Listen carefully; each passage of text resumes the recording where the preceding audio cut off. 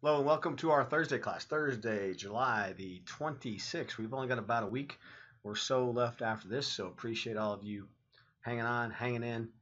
Listen a lot today because look, I'm going to write down as we go through on this little card. I'm going to write down as we go through. So that's a test question. That's a test question. That's a test question. And so if you pay attention today and you listen today, and you get through these 25 to 30 minutes or so we'll have today, I'm going to give you a load of test questions. Before we get to that, just a couple things. We had our yesterday's video of Sasha Cohen and his show, and look at the story today. Um, Georgia lawmaker quits after dropping pants, shouting slurs on the show. We talked about, we used that in the discussion about ethics, and by ethics, I mean, is it ethical for a guy to dress himself up and portray himself as somebody who he's not, just to get people on a show? I'm just curious what your thoughts are on that, and that's why I asked that. But anyway, this Georgia lawmaker ends up costing him his job. Here's a little interesting thing. So we're going to ask you about that on the test. Did the Georgia lawmaker make it through? Uh, okay, and the answer is no. He lost his job. He had to resign. That was just an interesting thing. I wasn't looking for this style, but look, there's some brown shoes there on the right. I was actually on a completely different website a couple days ago looking for some shoes.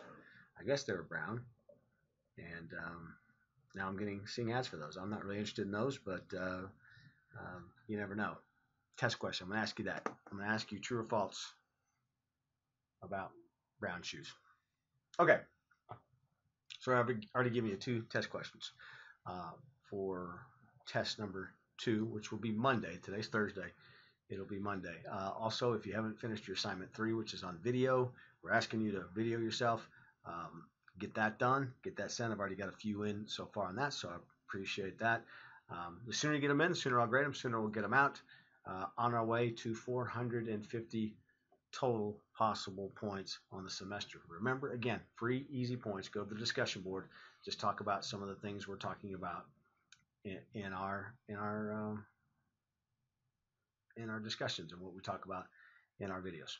So I want to talk to you today about, I'm going to go back a lot of years, and I went to Las Vegas with my wife on a work trip for my wife, and they brought the families along. And so when my wife went to work that morning, they went to a conference and sat in on some meetings. I was, of course, left to my own devices in Las Vegas. And by the time she came back to our room at noon and ready to go out, I had lost all of our money that I had brought with us to gamble with. And so we didn't have any gambling money, so we were left to kind of our own devices in Las Vegas. She was not very happy about it, obviously, but we made it through. But so one of the things is we were walking along Las Vegas, and if you've ever been to Vegas or if you ever go to Vegas, you'll notice that there'll be a lot of people there doing research because it's a great place to get a wide range of people, wide variety of people, wide sampling of people. You get all types, all shapes, all sizes, all ethnicities, everything congregates in Vegas. So you'll see people out doing research studies and doing focus groups and those things. So we were walking along, and there was a video company set up and CBS banner by it, and they were saying, "Hey, let's come out and watch, come into this air conditioned place and watch a potential show that will air on CBS." So I'm going to show you a little bit of this show. We went in. My name is Russell Green. Maybe you passed me and my family out on the highway. Maybe you were driving some fancy sports car or an old beat-up four-door. Or maybe you've had some hard times like us and you're out on the road with your house hitched up behind you and America the Beautiful up ahead. But whoever you are, you be sure to give us a wave next time you drive by, because we're your neighbors and we're all on the road together.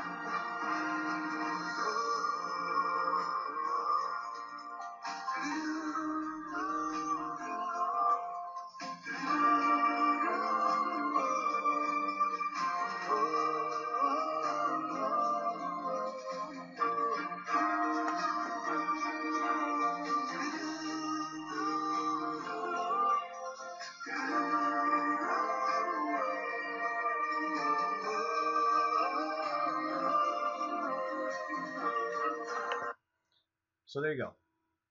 The show looks awful, right? Looks awful. It was awful. It was an awful show. But it was okay, right? I mean, it was at the time, those are the kind of shows that were on the air. Guy trying to make it with his family. And so we watched the first episode, and we were given clickers to sit and hold. As a matter of fact, I've got it somewhere, get different clicker here. Clicker like this, and told to respond. So when something happened, you clicked the green button, and you click it. If you like it a lot, you click a lot. If you don't like it, you click the red button and you click it a lot if you really don't like it. So there's a kid, you saw the little kid, there's a grandmother, and so I have my clicker and I was dutiful and I watched the show and I hated the little kid, just didn't like it. So every time he came on, I would just like lay on the red, red, red, red, red, red. The same for the grandmother. Didn't like the grandmother character, so I just lay on the red. Then there was a scene near the end of the movie, end of the show that we saw. You see this guy right here, Gerald McRaney. Gerald McRaney had to get on a bus. He didn't have any money, and he told everybody his story, and he passed a hat, and everyone gave him money so he could get on the bus. And it was a pretty good scene. I gave me the feels, so I hit green, green, green, green, green. Watched it. They asked us a few questions afterwards. We left. Forgot all about it. About a year later, we were just watching television, watching CBS, and we see a preview or a ad for a new show they've got coming up, Promised Land. Now keep in mind, that's a year basically later that we saw that. And I'm gonna ask you about Promised Land on the test. Remember that show named Promised Land, and also remember a year later, because 1 year later. So it shows you how research goes into something and how long sometimes these shows are tested out before they ever hit the actual airways. The interesting thing I thought about it, and I had not given another thought to that show since we did the research, was that they used the scene of him on the bus to promote the show. Remember the scene I said it gave me the feels and I hit the green? That was the show. That was the little clip they were showing. So obviously other people liked it as well. The most interesting thing is we said, well, we have to watch because we're interested in the show now. Different kid, different grandmother. And so they've got, like, if you look back here, Celeste Holm. There's the kid. That kid owes his career quite partially to me. And there was another thing about Celeste Holm as the grandmother. Same for her, right? Now Celeste Holm was a big star. There she is back there in the series. She is and has been a big star. And so they must have thought, hey, we need some star power in here. People aren't liking grandma, so let's bring in this lady. So don't know. I helped that kid. I helped Celeste Holm a little bit, and I also hurt by a couple of careers as well. But not just me. There was about 30 of us in the room, and I was very interested in it, and because that's just something that I find interesting. My wife wasn't really as interested, so when I asked her the next year, whenever we saw it, I mean, I asked her afterwards, what you like, what you didn't like, and all those things, but she could hardly even remember. By the time we got to a lunch place, so I always remember that though. I hated the first kid, and there he was. And this leads us to a little bit about what we want to talk about today, which is audiences and audience research. That you want everything you put out there, anything, again, we talked about everyone wants to make money. Everyone's in this to make money, but everything shares in electronic media shares the goal of generating an audience. And why is that? Because we are a dual product market, and for a dual product market to work, the first thing you have to do is have something that people want to advertise in, and that means you've got to generate an audience. And so if you don't have a program that people are going to watch, it doesn't matter how great your production value is, how great anything is, you are going to be shut down pretty quickly. So if you're looking for a job and you're trying to get a job or you're trying to work in media, you need to be able to use and interpret research data, or any data for that matter. I'm asking my people all the time, give me social media reports and who's watching what and what kind of things are resonating with our audience. So electronic media managers, programmers, we've talked about programmers, advertisers, all know what the audience is. They all know who's watching. They'll know different things about their motivations, their lifestyle, who's, number of females, just more of a show that females watch, more of a show that males watch, whatever. That goes into audience research and analysis. And again, it's used to learn what type of programs successfully reach targeted audiences. So if you've got a certain show that's going to appeal to young men or men just in general, you're going to advertise trucks, you're going to advertise beer, you're going to advertise beef jerky. I'm not saying women don't love those things too. What woman doesn't love a good beef jerky? But you've got to understand who you're really trying to target. And so the beef jerky market is looking at shows that primarily draw men. So there's usually three types of data that you use to make decisions. Demographic research, these are all going to be questions on the test. All three of these will be on the test. Remember that. Demographic research is basically pure quantitative information. And when we say quantitative, that means numerical. Quantitative means the numbers, just pure numbers. Number of men, number of women, number of this age group. Have this number between 18 and 24, this number between 25 and 35, whatever. Just something that can be quantified with a number. 55% men, 45% women. That's quantitative. Quantitative information. Demographic research. I think I'll ask it just like that. Demographic research presents quantitative information. True or false? And the answer is true. Again, I'm writing that down. Psychographic is more about qualitative data. What they like, what people that watch our show are more likely to buy life insurance. People that watch our program are more likely to get a new car every 2 years. People that watch our show are more likely to drink Coors beer than Budweiser beer. Whatever. What are the lifestyle patterns? What are the buying patterns of these people? These people are more likely to buy diamond rings than this group. This, whatever it would be, whatever the qualitative data. Again, difference between qualitative and quantitative. Quantitative is based purely on numbers. Qualitative is based on other factors such as lifestyle and buying patterns. And then sometimes you're trying to target a specific area. I almost said specific area.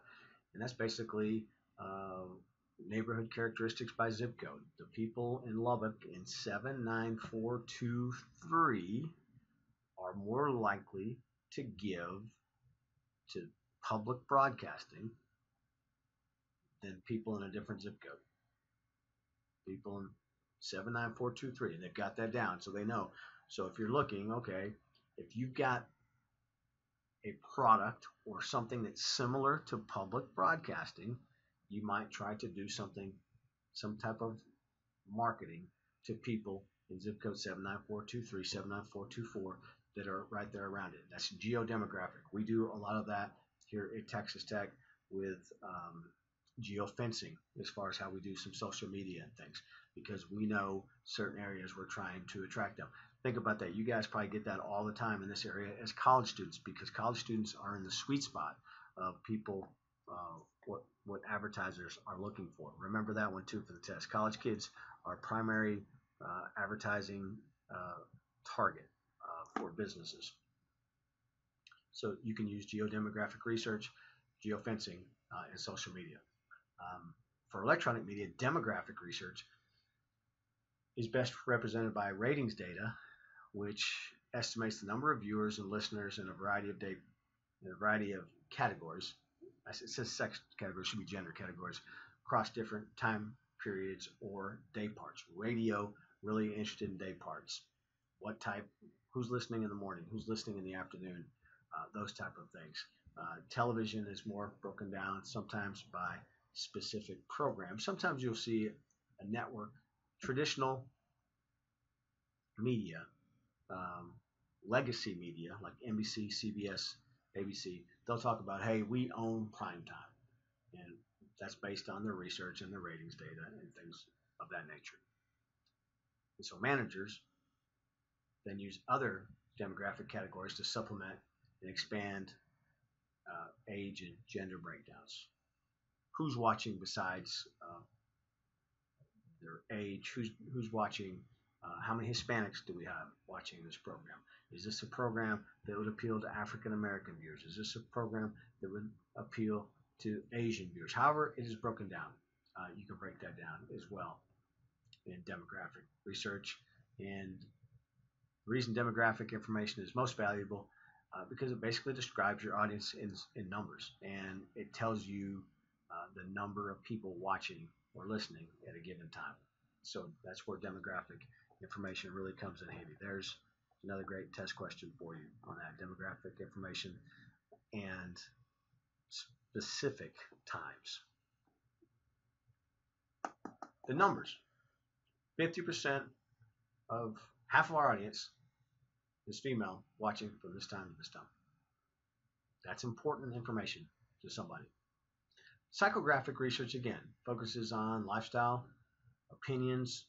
70% of our viewers are Republican, 30% Democrat, or less Democrat, whatever. If you're in West Texas, conservative West Texas, you know that generally the opinions of your viewers, listeners, readers are going to skew more conservative than you would in another part of the country. That's just fact based on data you get from elections, but you can also do psychographic research. So you know that not only we have this number of males, but we have this number of Republicans, we have this number of Democrats, we have this number of Libertarians, however that would be. If that's something that's of interest to you, that may not be of interest to some advertisers. And then there's another form of psychographic research, which is VALS, values, attitudes, lifestyle research. And there's a survey instrument design that you talk to people over a course of time to understand how their values change or what they're looking for and what their attitudes are. Look, think about just in my lifetime. I've gone from college graduate, single, living on my own, to newly married, college graduate, and looking to buy a house, looking for our first car, to then having a child, then to now having a child in college, and called what's an empty nester now. All those things go into, it's changed my attitudes, changed my lifestyle, all those things. And so VALS research studies that for people. And there's a lot of different ways you can do this. You can do focus groups. You sit around in a room. You do program testing, is what I did with the Promised Land. You can do calls. You can call people and talk to them. Again, it's harder and harder to do that now because of phones and technology. I love doing it. If we get a call, we still have a home phone at our house. I know none of you do, but we do. And when I get research calls, when my wife gets a research call, she gives me the phone because she knows I love doing it. I love participating. I love being a part of that. So anyway, that's something that's still a way to look at that. The geodemographic research combines basically the two, demographic and psychographic data, with locations or clusters, basically using zip codes most times to understand audience tastes and preferences. Again, you can geo-target tech students. You can geo-target. I'm sitting at Jones Stadium right now, 60,000 people on any given Saturday, based on our research. So those things mean something. They're valued to people. There they are again. Demographic, psychographic, geodemographic. Remember those. I'm going to have those in a test question. The three types of research. If you know those and you understand those, and somebody might tell you sometime, hey, Jade, go do some demographic research on our audience from 7 to 9. And so okay, I want to get just pure numbers. If they ask you psychographic, then you come back with more information. Hey, percentage of our listeners have bought a new car in the last 2 years, whatever would be involved in that. And again, geodemographic, really targeting a certain area. There's different ways that you can get research numbers. There's services that do it. Nielsen Media is the premier TV rating service. Tracks national numbers, tracks local numbers. They still do it kind of the old-fashioned way. It's even It shows you just the age of some of these slides. It's got VCRs. This should be DVRs now. Nielsen estimates. They can tell now what you're DVRing, what you're not DVRing. Other things of who's watching, how they're watching. And then if you're in a certain size audience, they use a device that actually sets up on your television. It's called a people meter. It knows exactly what you're watching, knows when you're changing channels, knows all those things. So remember that about Nielsen. Nielsen being the premier television rating service. And they try to choose a certain number of households. I think that number may be a little higher now, but they're called Nielsen families, and they get a meter on their television. Radio used to be Arbitron. It's now Nielsen Audio. So remember that about Nielsen Audio, not Arbitron. Nielsen Audio. And they do ratings for every radio market in the country. Lubbock is market 140 something in television, 140 something in radio. They're different sizes. But at least once a year, Nielsen Audio will come to a market and give you some ratings numbers. They send diaries to selected sample of audiences in each market to measure their listening habits. There's others, smaller players that compete with Nielsen Audio, but Nielsen Audio is the big dog. And then there's lots of national networks, Westwood One, ESPN, CBS has a national network. So there's something called RADAR, Radio's All-Dimensional Audience Research, that does network ratings. And some people get independent consultants. They come in and they look and they try to help analyze the data. Makes you very valuable if you can come in yourself and understand the data and how to interpret it. So you don't have to hire someone. Hey, boss, you don't have to hire that group. I can work that data out for you. I can pay attention to it. I can read it. I can understand it. And because of that, because you guys are coming out and being more tech savvy and things, local or in-house research departments are becoming more common in our industry. And they'll work in conjunction with Nielsen, and they'll dig a little deeper. They'll take because Nielsen just provides, for the most part, in their diaries, just flat out demographic research. Here's the certain audiences, and they break them out: adults, 12 plus, households, whatever the number would be, just pure demographic data. Then, if you want to get further into it, you can do some psychographic on top of that.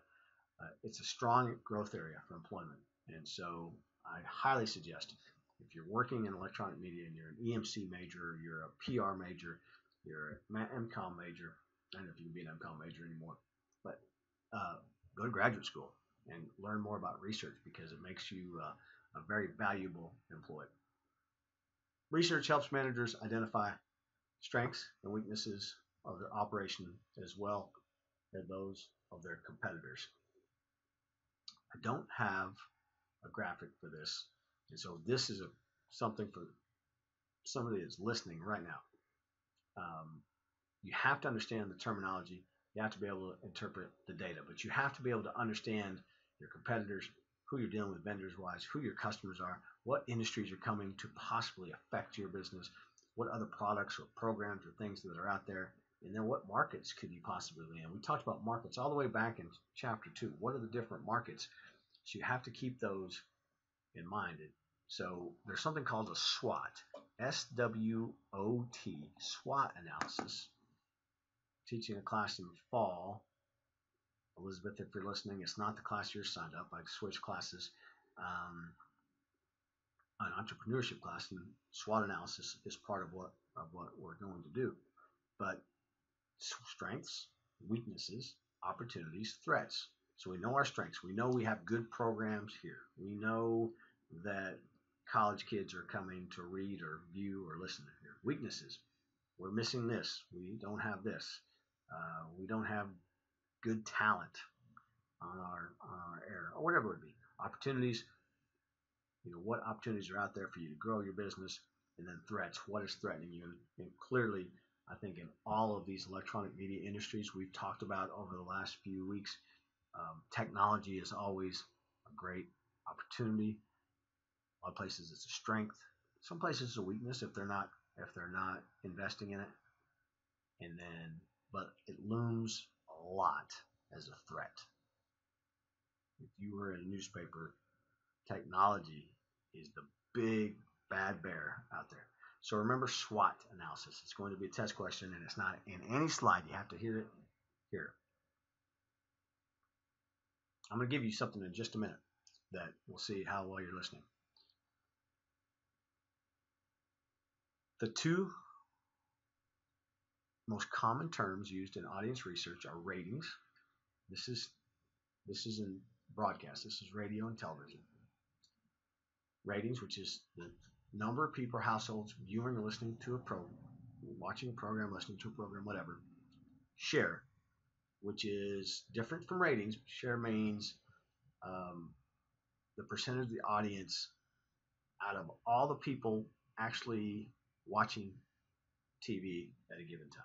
So let's try to break that down. Let's say there are 20 people in this class. That's the whole wide world in our research. 20 of you, that's our universe. If 2 of you are watching a program, just, hey, we're watching this program. The rating for that show, for that program, is 2 of 20. So we can do the math, right? We can do that in our head. 2 of 20 is 10%. Am I correct on that? I feel like it's been a long day, so I want to just check my math on that. But yeah, it's 10%. Jeez, can't believe I even had to look at that. So you have a rating of 10 or 0.10, whatever. That's your rating. Now, let's say only 10 of you are watching. So if we're talking about television, 2 of you are watching. It's a rating of 10.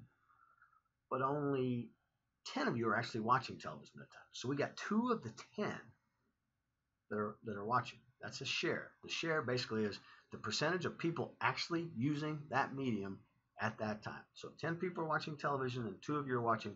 So your share then is a 20, which is because 2 is 20% of 10. So you get that? The rating is based on the entire universe. The share is based on the number of people actually using that media at that time.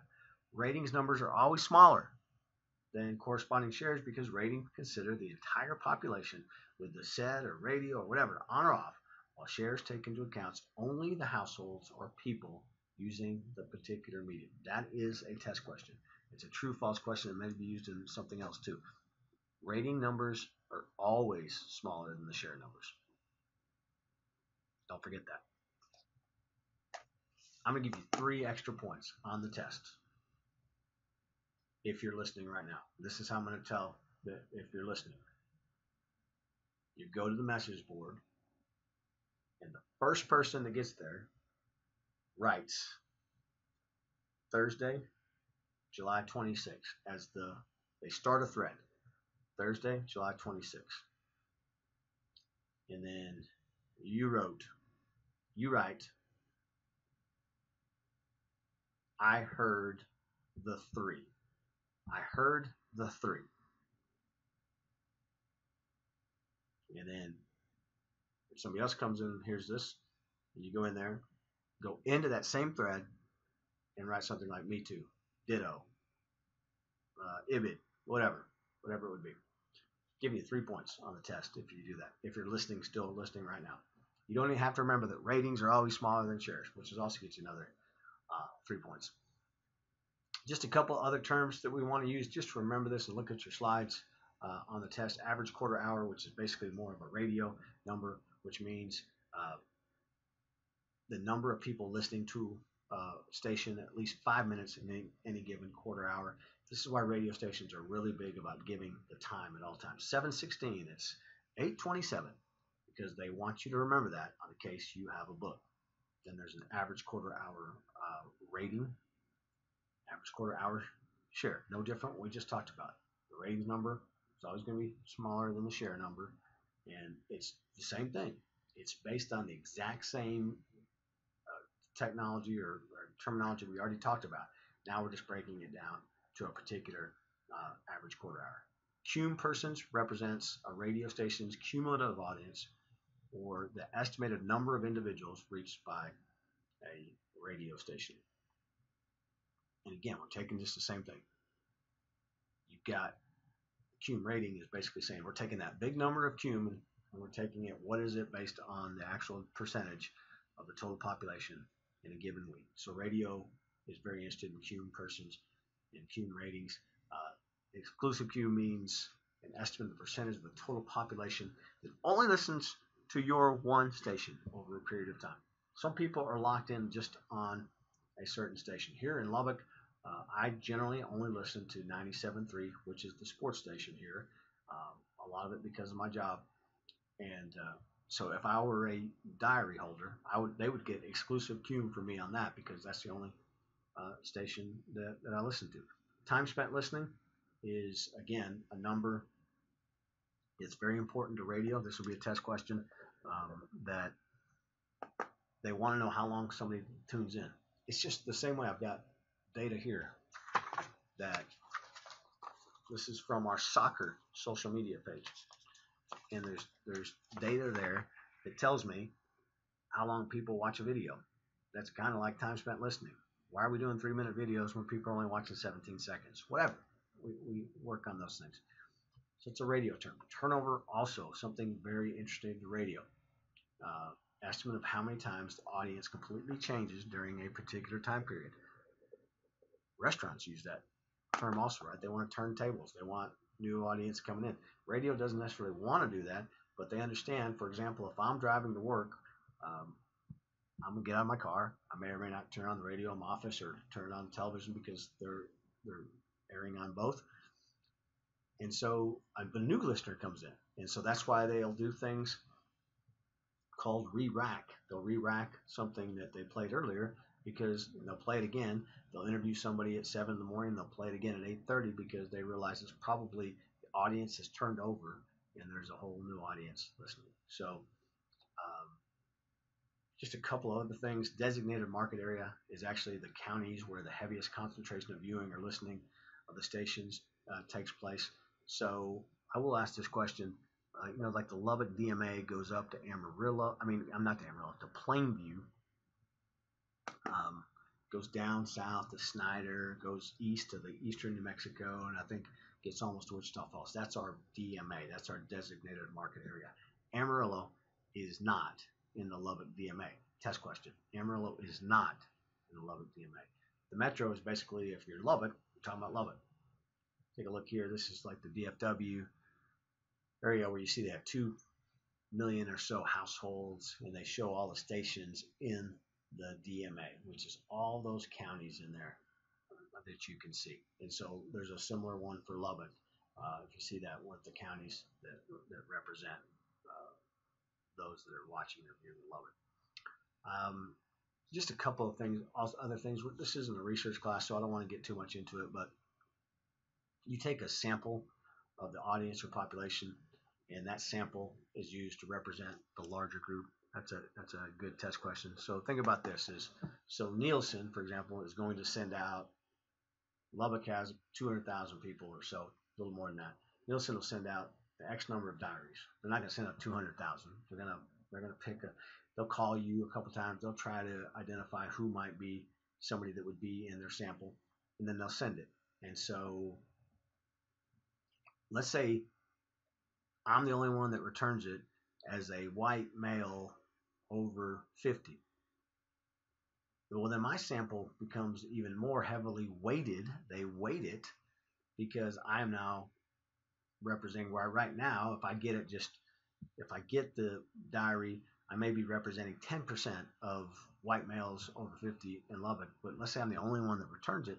Well, they might weight it even more because they want to try to get a cross section in the sample. So, but a sample is basically pulling out a part of the group to represent the larger group. Again, let's say I was going to do some kind of survey of the class of you guys. It might take 7 of you, and you would represent the entire class. You'd be the sample that I would choose out. Many companies use probability or random samplings as far as procedures to select the sample. This is, again, if you get into a research class, you learn about all these things. Basically, what they're trying to say is, I want to make sure every person in that population has at least a chance of being selected. I'll give a random sampling question too. And the question would be like this: random sampling assures that every member of the population at least has a chance of being an equal chance of being selected and represented in the study. True, false? It would be true. Data generated from a random sample then estimates for the larger population. And again, just anything. You see this we saw how well it worked in the election in fall of 2016. Most of the polls were calling for Hillary Clinton to win, but there was a standard error there that said, hey, this may be plus or minus however many points. And you need to understand that if you're 3 points ahead, but there's a standard error of 5, you could be 2 points down, or you could be 8 points up. It works either way. So you got to think of those things. And again, if you go to graduate school, you do a lot of this as far as something about confidence intervals, which means you're looking for a number, whatever that number would be. You're usually looking for something at 95%, which means 95 out of 100 times, one can be sure the results will fall in a certain range. That's great, right? 95 out of 100 times, this stuff's right. 5 times it's not right. So you always have to keep that in mind, that sometimes the stuff you're working with is not right. And if you've got good research, you can apply it in a lot of ways. Programming, sales, marketing, how we're going to brand. All those things can work with marketing. That's why you should really know research when you come out. And managers always should stress the importance of using the data fairly and don't inflate or misrepresent the actual numbers. This is just real life, right? Don't lie about the information you have. And then you've got to learn how to analyze things and make them work. So again, I would love someday to teach a research class because it's fascinating. It's fascinating stuff. And everything. I mean, we can do research on anything. Look, here, at Jones Stadium. See? At the window. We do research all the time about audiences and how to get more people here and all those things. And so the more you know, the better you can be at your job, no matter what your job is. So again, get your assignment 3 done. Hope you watched the video or remember the little secret assignment I gave you. And we'll go from there. So thank you for listening today. And we'll go on down the road. So talk to you tomorrow.